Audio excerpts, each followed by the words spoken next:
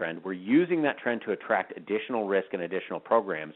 We're managing within the narrow bands of where we're getting risk and where we're getting paid for creating that value. Now we need to start aligning our teams, right? We need to have the people that are at the operational level that are doing this work every day. If you're getting paid for the value, so should they.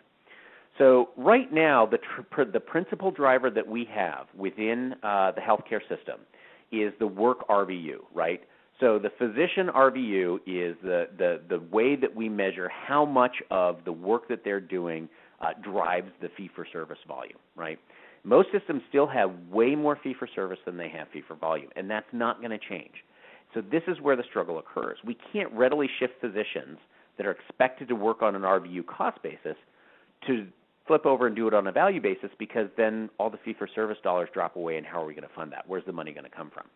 So the first sustained value is that let's use the lower cost resources that we have to provide the value, right, while the physicians that are getting the fee-for-service continue to provide that fee-for-service revenue, and the clinical governance, the fee-for-value programs, right? So there's this layering in of, if we want to start driving value, use the resources that you don't need to be generating incremental fee-for-service dollars to surround those physician-led teams and drive the value that comes from them.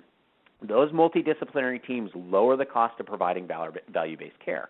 Rather than taking a physician out of a 15-minute office visit or a 30-minute office visit where they're driving real fee-for-service revenue and solving real patient problems, we're not going to use them to go in and say, hey, have you done your HbA1c? Let's go back and take a look at what your gaps in care are. Let's make sure that we've covered off. Let me spend an extra 10 minutes with you going through the education.